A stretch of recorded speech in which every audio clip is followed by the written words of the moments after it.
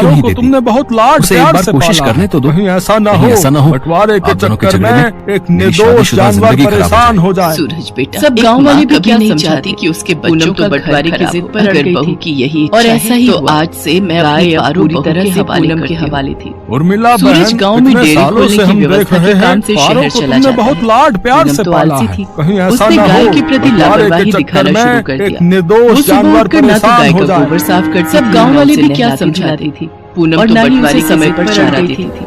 और इसी कारण गाय के आसपास गाय अब पूरी तरह से पूनम और के मक्खियां, मच्छर कीड़े मकोड़े सूरज आने गांव लगे। में डेयरी खोलने गाय की को समय व्यवस्था पर के चारा काम नहीं से शहर शहर चला जाता है। वो कमजोर हो पूनम तो आलसी पूनम थी। सारा दिन उसने सोती गाय के रहती और प्रति खाती लापरवाही पीती दिखाना शुरू कर गाय दिया। ने दूध देना वो भी सुबह बंद कर उठकर दिया। ना तो गाय का एक गोबर दिन साफ गाय करती बेहोश थी, ना होकर उसे जमीन नहलाती पर गिर धुलाती गई। थी। ये और ना ही देखकर उसे पूनम समय पर घबरा चारा गई। देती थी। सूरज उसी इसी समय कारण शहर से गाय के आया आसपास और वो बदबू भी फैलने घबरा लग गया।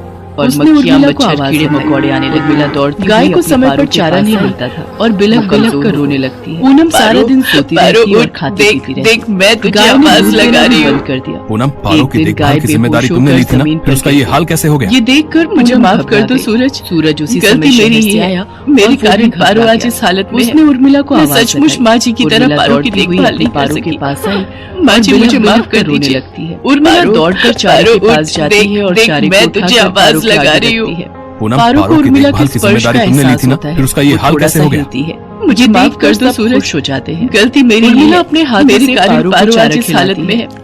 पारो मैं खुशी सचमुच खुशी माँ जी ढेर की सारा तरह चारा पारो की खा लेती देखभाल है। नहीं कर सकी। मानो वो कब से उर्मिला माँ के जी मुझे हाथों से माफ ही कर चारा दीजिए। खाना चाह रही थी। उर्मिला दौड़कर पूनम चारे को के अपनी पास गलती का जाती है और एहसास चारे हो को जाता है उठाकर और पारो के वो आगे उर्मिला रखती से है। माफी मांगती पारो है। को उर्मिला के कुछ स्पर्श दिनों का में पारो एहसास फिर होता से है। ठीक हो वो जाती थोड़ा है। सा हिलती है। अब सूरज ने भी गांव में एक खुश बड़ी हो डेयरी जाते हैं। खोल ली थी। उर्मिला धीरे अपने धीरे सब हाथों कुछ से ठीक हो पारो को जाता चारा है खिलाती और है। दोनों सास पारो बहू खुशी मिलकर खुशी ढेर पारो सारा की चारा देखभाल खाने करने लगती लगती है। है। मानो वो पारो कब से भी अब उर्मिला के बहुत हाथों खुश से ही थी। चारा खाना चाह रही थी।